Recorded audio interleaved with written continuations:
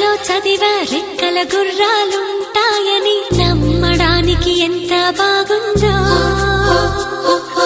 బాలమిత్ర కథలో చదివా పగడపు దీవులు ఉంటాయని నమ్మడానికి ఎంత బాగుందో.